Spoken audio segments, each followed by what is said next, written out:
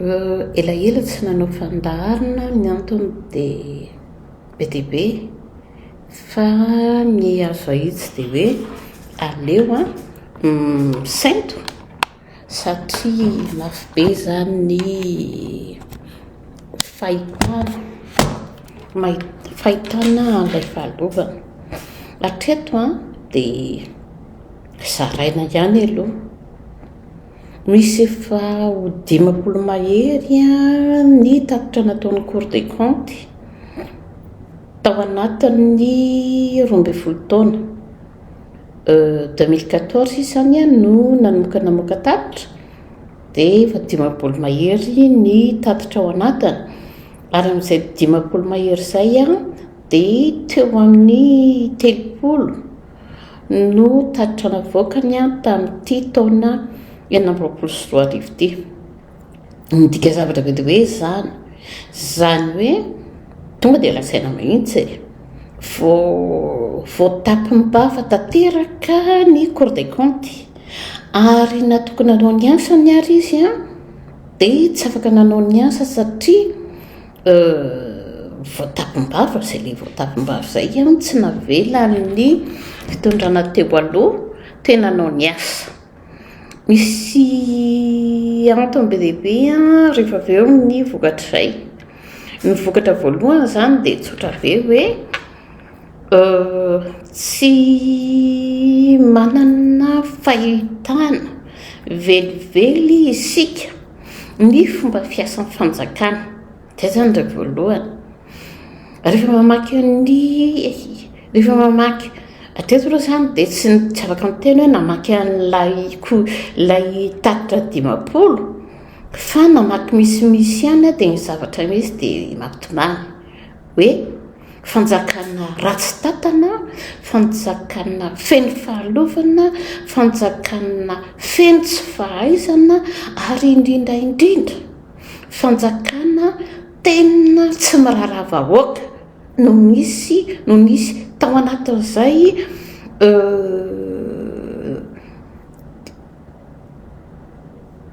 taona maromaro zany, taona maromaro. Fa ny tena hitantsika aloha izany dia nanomboka tamin'ny taona taorian'ny coup d'état militaire ny 2009. Be dia be ny zavatra tokony resahana ho ao anatin'izay ilay hoe maninona moa raha efa namoaka ny Cour des comptes fa mihoatra ny 4 000 milliards d'ariary ny préjudice financier filazany azy, dia tsy misy ny hetsika, tsy misy ny fanenjehana, tsy misy ny paikady ahafahan'ny malagasy tena mandray anjara amin'ilay ady amin'ny kolikoly. Mandalo eto ny gafisin'ny UNIDOC ny hijery an'izany zavatra izany, fa ny zavatra misy amintsika dia mazava be, manjaka be ny fahalovana endémique, izany hoe tena latsaka anaty ny rafim-panjakana iray manontolo ny fahalovana kolikoly ary tsy fanjariana. Mampalahelo be rehefa tena mamaky an'ilay rapport rehetrarehetra ianao maromaro ny vakiako, fa izay hitanao izany dia ao anatin'ilay ministera ny vola alatra, ny FSM alatra, ministeran'ny fitaterana alatra, ny ministeran'ny arena kibon'ny tany, ministra izay rehetrarehetra vakianao anatin'ilay izy dia tsy fanjariana sy fahalovana. Marary be zany ny tena mamaky an'izy hoe tena vonina ny androso hoe tsika raha malagasy tena tsy vonintsika ny androso rehefa mamaky an'izy ianao, satria na ilay zavatra atao izao ary dia sangodimpanina famitapitaka ho iaho, satria tsy tena ny votoatin'ny olana no andraisana fanapahan-kevitra sy anaovana fikonan-doha.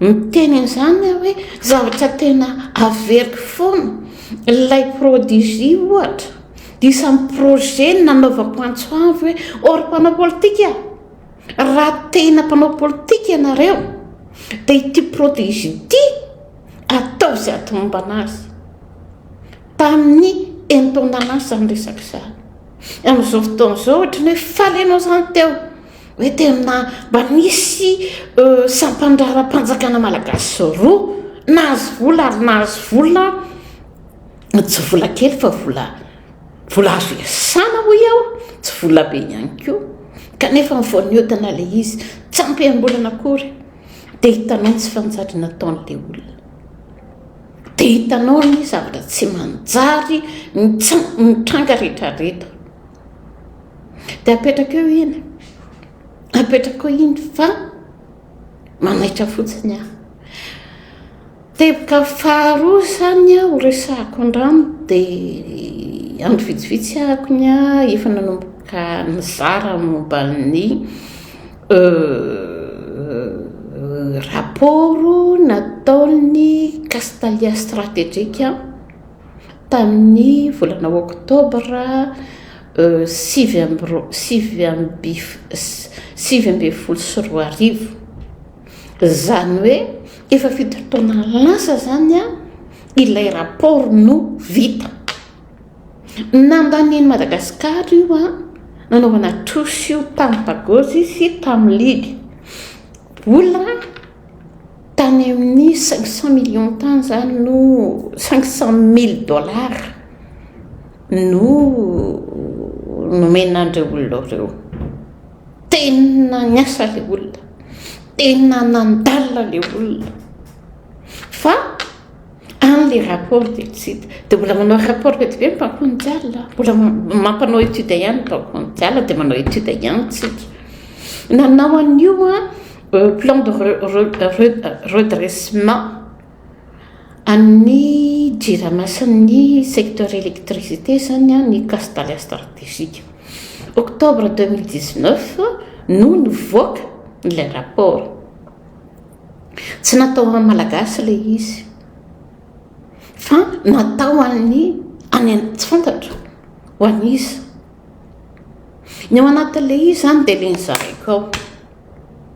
zaraiko mitsika hoe ny zava-misy an'ireo olona dia tsotra alao tazomiko ny tanako ilay lazaiko hoe 4 kilo ilay 4 kilo io a dia fomba fanao ny mpanambola manao tsy fanjariana ka rehefa mandeha ny fanadihadiana dia alaina ny droit ray manontolo amin'ny afahana ny fanaovana gazety izy ity dia eo amin'ny afahana manao ny tatitra ampabe maso ny momba ny zava-misy averiko zany Castalia stratégique dia nahazo volana tamin'ny Pagozy Lidy tamin'ny volana samborana malagasy namoaka raha tatitra izy hoe raha tiantsika raha tiany Madagasikara ny ivoaka anatin'ny tsy fanjariana sy ny fahalovana amin'ny sehitry ny angovo siaratra dia inona ny zavatra tokony atao recommandation mazava be naboaka an'ilay olona misy trosabe ozy izy a zakainy jirama zay zany ny voalohany tamin'ny 2018-2019 izy a no namoaka an'izay hoe efa trosa tsy toko tsy firoana no vesariny jirama noho ireo gropy izay tsy miasa izay tsy mandeha amin'ny tokony ho izy ka noho izany tokony averina ho jerena eto izy dia miteny refinancement izy tamin'ny refinancement tamin'ny taona 2018 resaka 13 milliards 550 13 355 milliards d'ariary. Dia mila refinancement ana 12 809 milliards d'ariary. Tonga ianao dia mitsangamboly be ianao hoe enjana zany a. Tao anatin'io, tao anatin'izay fotoana izay de 2018 ny resahantsika eto. Dia ozy izy ny rapport en Banque mondiale revoyait gestion de prix de carburant. Tokony ho jarevanao sisy momba ny vidin'ny angovo. Ka ny resaka angovo jarevana tamin'io dia ny resaka jirama. Dia ohatrany tsy tonga saina ianao. Fahoany ty resaka ty. Dia zao ny zavatra fandehana. Za zany manazava amin'ny olona foana hoe misy alatra. Io tena alatra. Ninona lazainy ministra teo aloha Andry Gaule Ramarsson hoe contrat léonin io. Dia ozy izy hoe tsy retoboko. Io dia tena corruption nataon'ireo distributeur pétrolier, producteur indépendant d'électricité. Corruption io ary capture d'état. Corruption et capture d'état.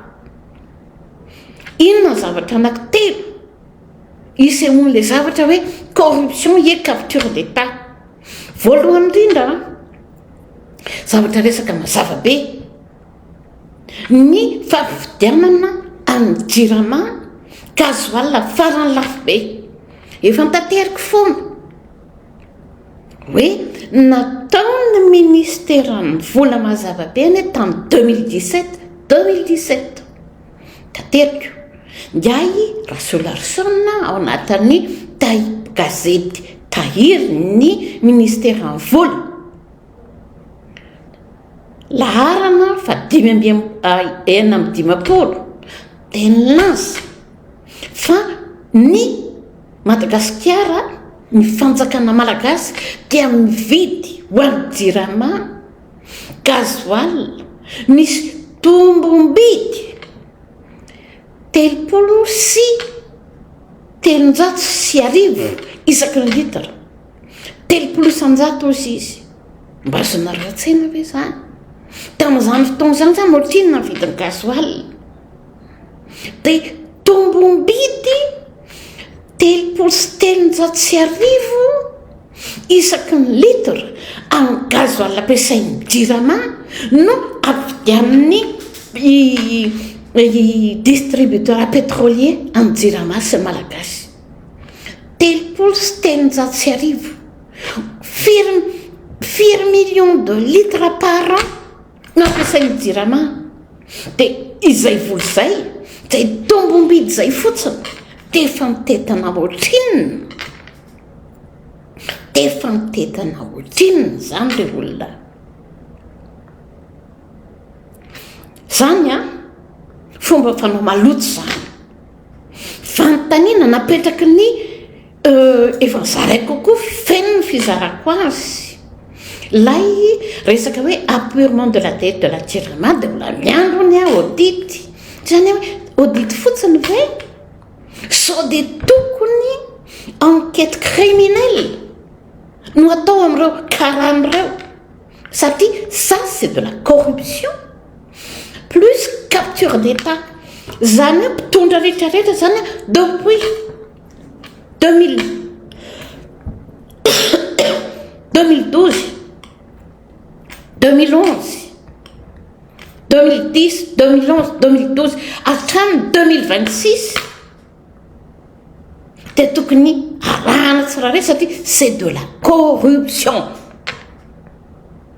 Ny teny lay hoe rahanao ny apurement amin'ny dette ny jirama dia mazava be les recommandations nataony tao zaraiko feno iaho le rapport ary misy mbola toetra ratsy dia ratsy mbola ataony ministèrany vola ary ny direction générale du trésor.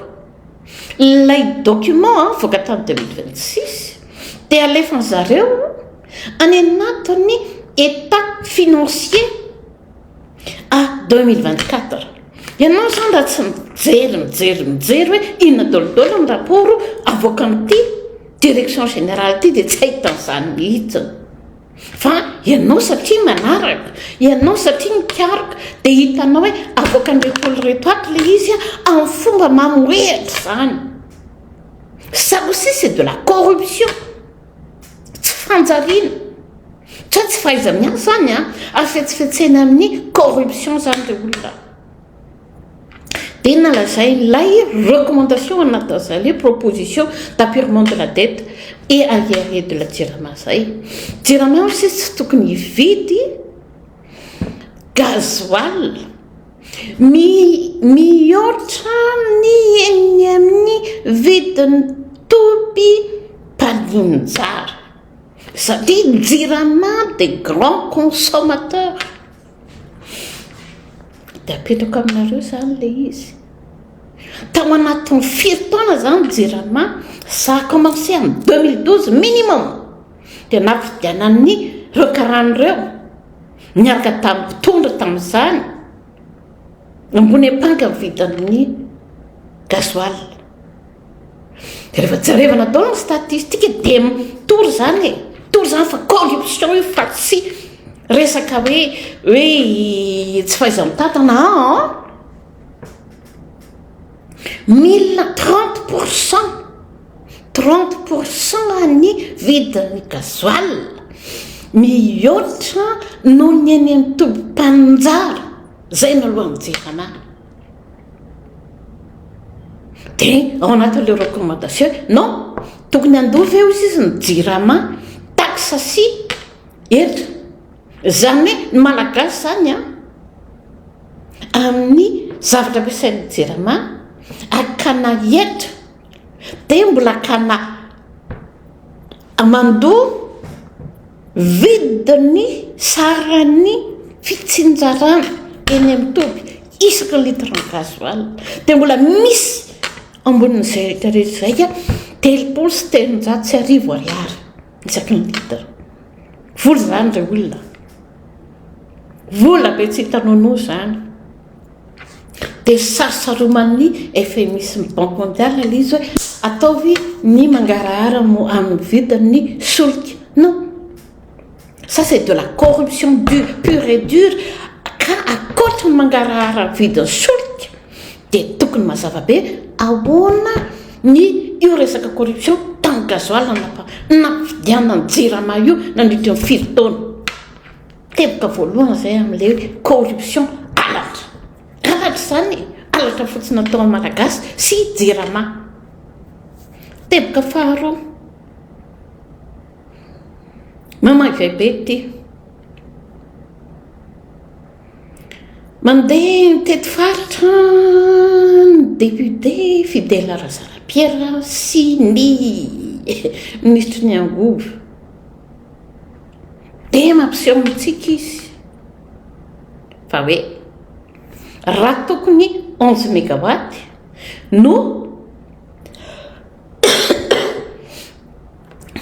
puissance mandeha any Diego dia tsy misy 1 mégawatt akory ny puissance mandeha fa ny vidiny 11 mégawatt dia mahalo vola foana.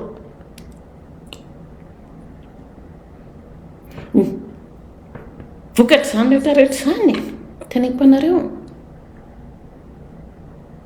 ny vola alohan'ny JIRAMA dia mihoatra ho iaho any amin'ny 700 ny vola miditra aminy. Maty antoka foana ilay JIRAMA ary maty antoka be satria akoatra n'ilay vidina gasoil nyresahana teo zany dia mandoa amin'ireo karan'ireo vidina aratra izay tsy miditra any anatin'ny réseau amin'ny jirama. Vidina aratra izay tsy miditra anatin'ny réseau amin'ny jirama ary tsy mampiditra volamina dia mbola miodikodina eo, dia mbola manaiky eo, dia mbola andoha vola be.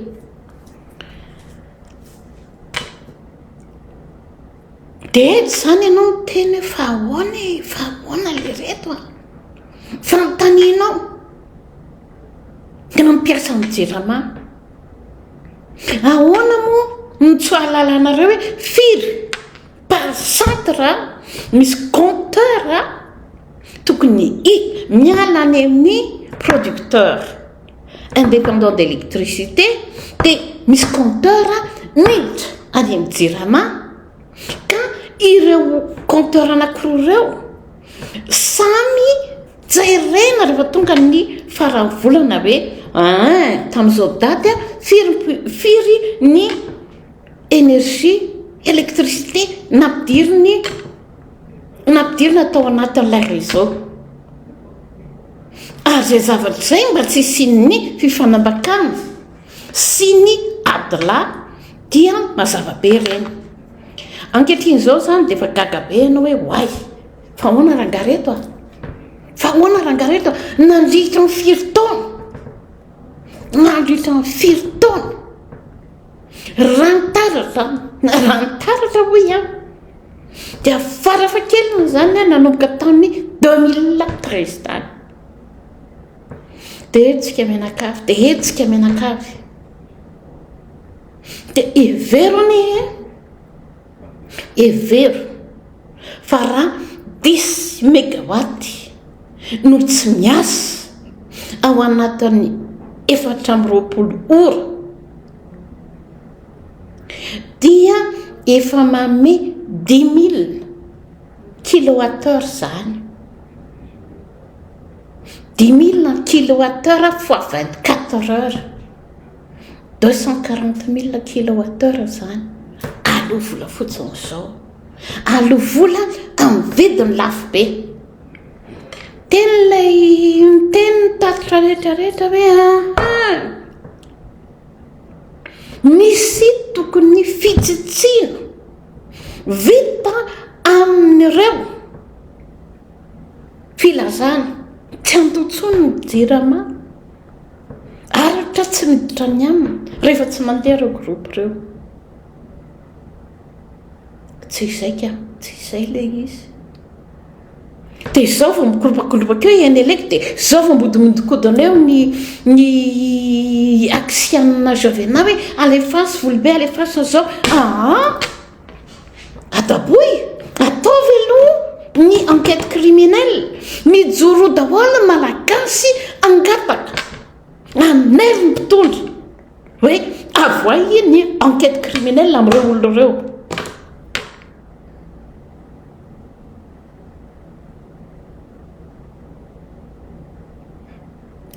Teboka faharoa izay a, teboka fahatelo amin'ny aratra tao amin'ny jirama.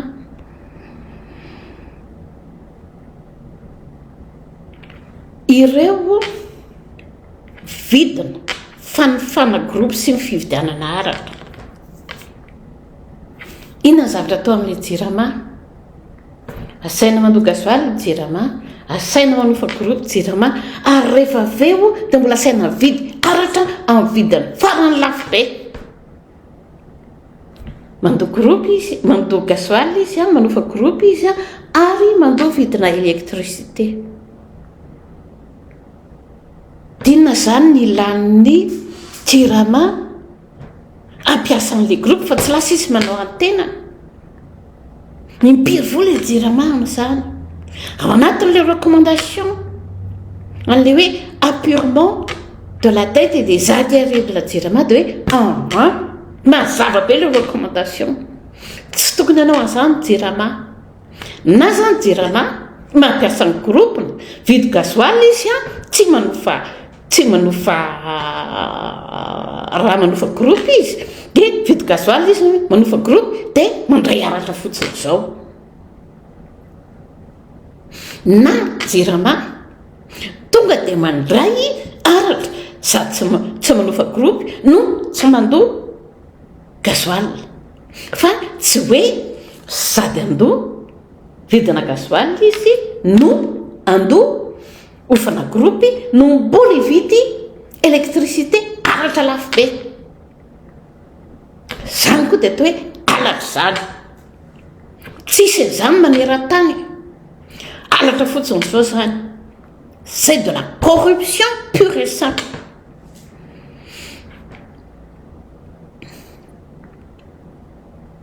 Dia inona zava-misy zany resaka orientation de politique pour l'augmentation de l'énergie renouvelable à tous les niveaux de la chaîne de valeur de l'énergie de l'électricité dia efa nanomboka zany tamin'ny 1996 rehefa nitereny programme d'ajustement structurel ny gasy hoe mila ao anatin'ny resaka famokarana araka dia efa nanomboka mijereny zany dia ny hydro no natosika mafy be manazava eto 2000 tany hoany dia namoaka ny allemand coopération allemande rangaha expert amina hydro zay no nanao an'ilay résultat nyresaka taminay le olona hoe raha mba azonareo atao 2000 ho iaho dia mba hoento any mitondra anareo sy ny lehibenareo ny résultat d'étude anay milaza fa ny potentiel na grand hydro plus de 60 mégawatts eto Madagasikara dia mitetina 7800 mégawatts 2000 ho iaho 2006 tsika 25 ans aty aoriana talohan'izany alao azavabe talohan'izany ny frantsay efa nanao étude be dia be momba n'izany rehetrarehetra zany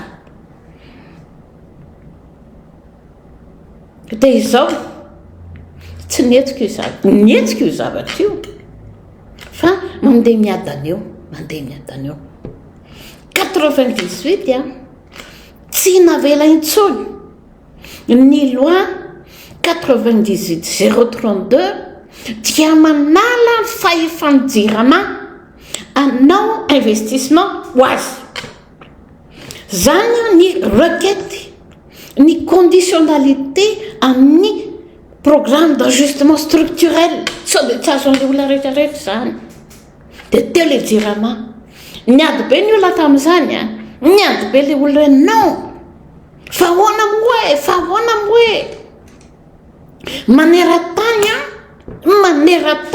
zany dérégularisation de l'électricité zany tsisy manao ka manonony zay tamin'ny mahatra kely ty no terenareo anao privatisation amin'ny secteur électricité anay niady tsy fantatrao zany zay tena tao ambadika lizy hoe iza nanosika azy iza nivarotra tanyrazana fa nanomboka tamin'izay dia hoe aiza dolidoly ary ny potentiel ahoana namitraina an'izany ao anatin'ny carte dia navoaka ny lerangabe le izy nanana contact an'ilay olona fa zany hoe efa lavitra fa mifantatra dia c'était un allemand qui a fait les études tsy vitana zay rehefa natao io étude io dia mbola nanao évaluation amin'ny resaka solaire ny VVF dia nanao évaluation ny éolien ny allemand dikany be dia be zany zavatra mandeha any ny frantsay nanao ny évaluation any biomasse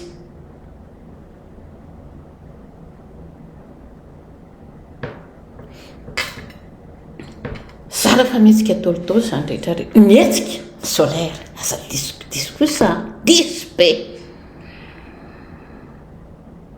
solaire iza makazy karana tapahako eo iny zavatra eny verina ny hydroa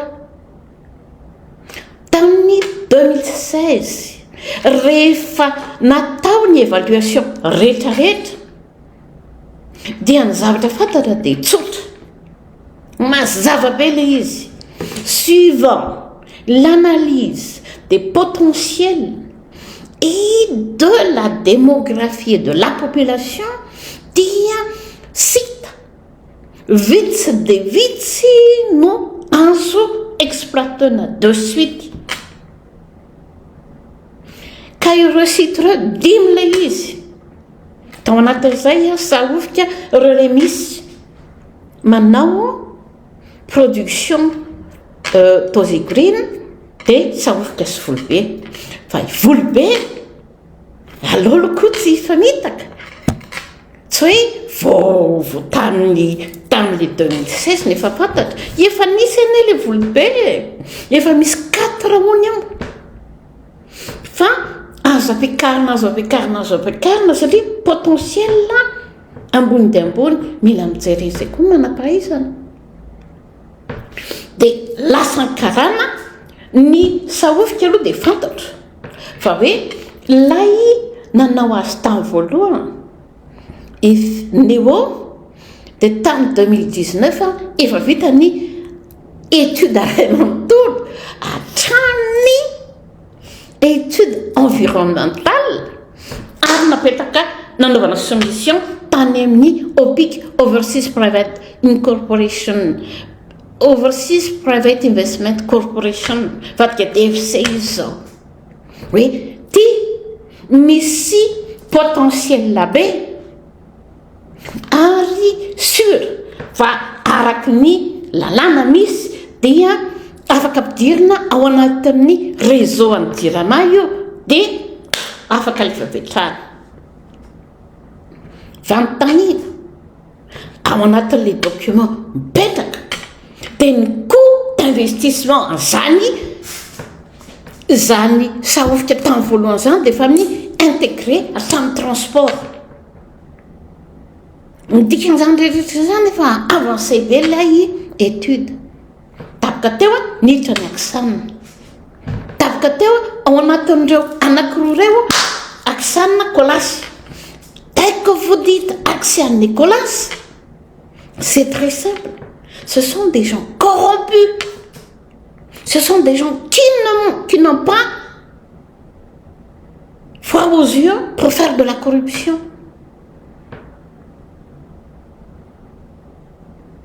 volobe kolasy tao anatiny dia eto ianao zany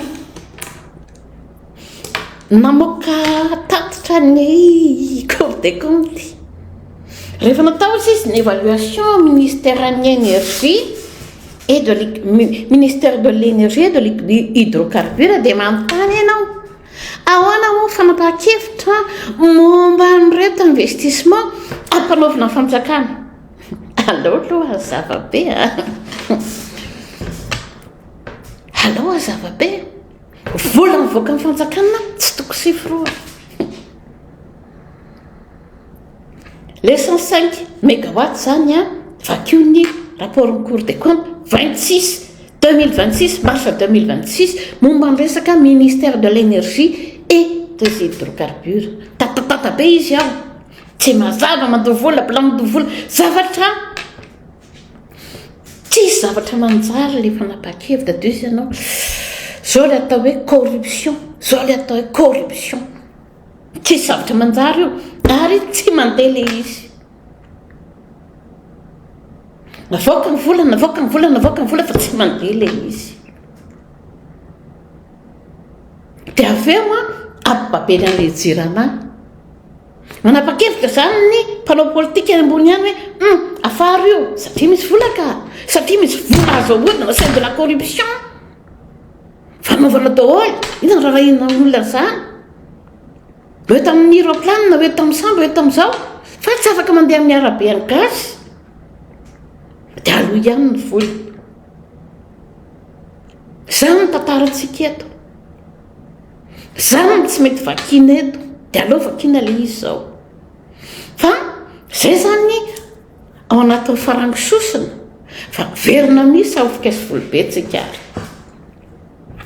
Fanontanian'ny Cour des comptes dia hoe efa mazava be fa raha manao any hydro, volobe sy sahofiky ary ireo voatantara anankidimy ireo Madagasikara dia ihena any amin'ny 555,9 milliards par an. Ka tsy haintsony izy teo. Lasa aloha jerevana tsara. Rehefa mandeha ozy izy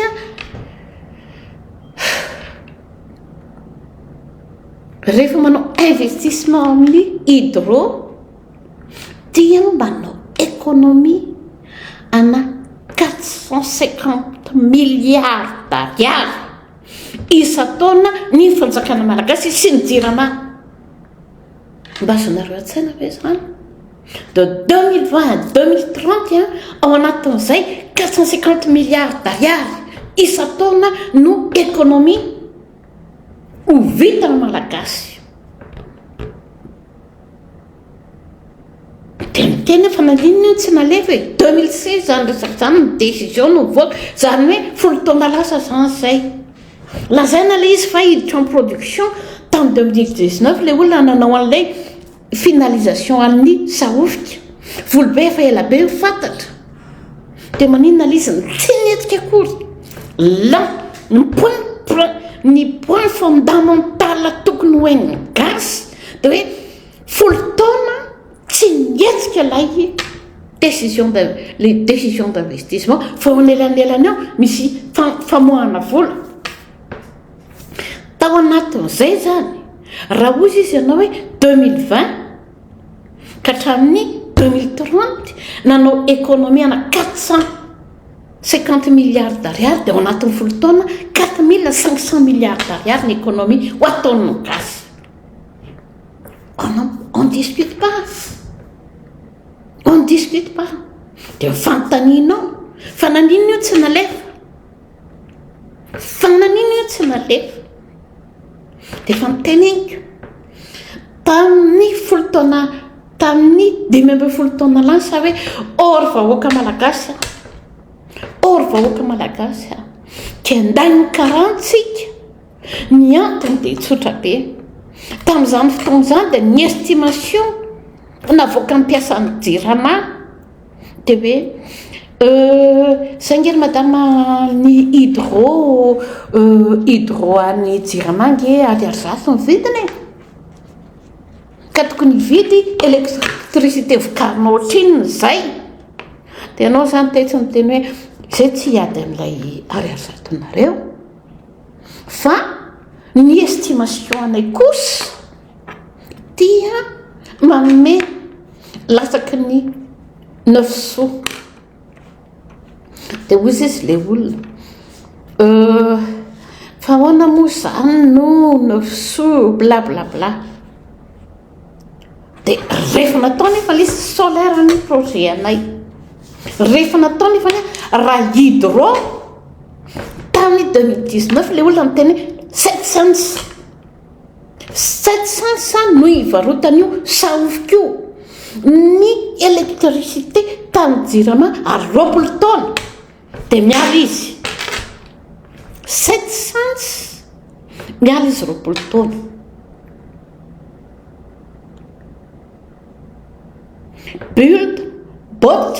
Build, operate and transfer. Zay ny contrat tokony natao. 20 taona izy dia miala ozy izy 7 sous. Tsy manaiky ny karana zao ny samborony io lana hitan'izay zany le hoe katra samborony akisy amina ny resaka ray manontolo kandainy raha dia amin'izao fotoana izao miditra ny EDF dia sahofika izay projet vita efa nitombo dia de 500 de 350 millions d'euros dia niakatra 570 millions d'euros 350 niakatra 570 millions d'euros dia ampiakariny EDF 1 milliard 200 millions de dollars.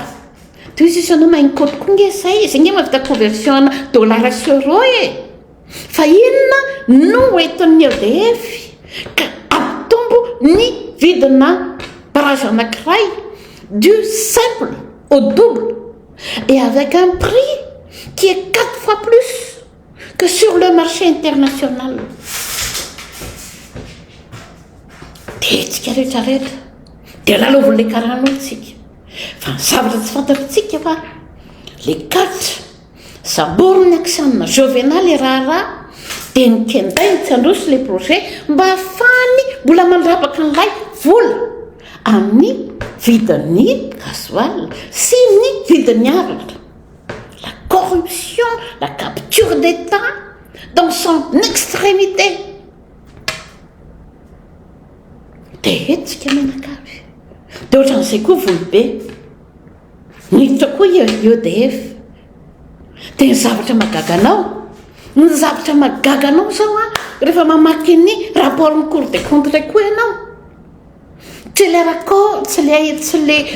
le rapport ny ministère ny énergie et de l'hydrocarbure fa mamaky ianao a ny resaka rapport ny Cour des comptes amin'ny fonds souverain de Madagascar tena maka vola be deabe ny fonds souverain de Madagascar ho an'ny saofika ho alilika ianao hoe tsy ho an'lay fanjakana zany tsy afaka miteny fa nisy vola fotsiny zao nivoakany amin'ny Nea Jovenal tsy fantatrao zany hoe firy miliarda nireny no amin'ny Nea Jovenal tany a rehefa tsy nandeha le resaka dia eto zany tsika dia mbola miteny any a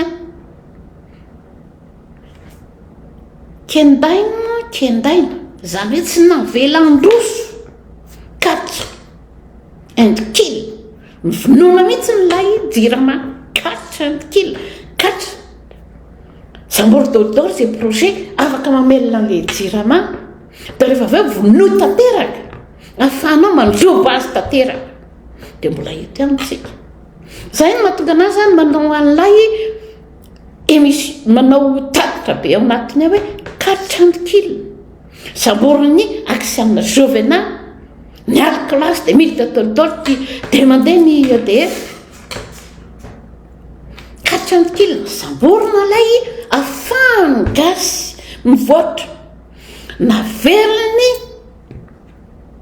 fanadihadiana tamin'ny 2019 fa raha vita ny hydro dia manao économie de 450 milliards d'ariary isan-taona ny diramasy malagasy kendainy karaha zany kendainy le 4 and kill it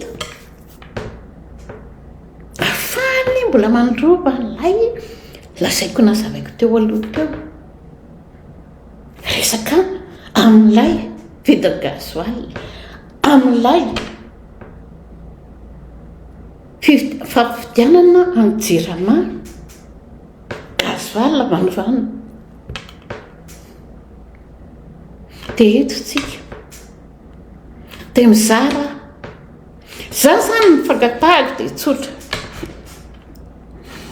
nisy tambajotra n'olombanina izay niaraka tamin'ny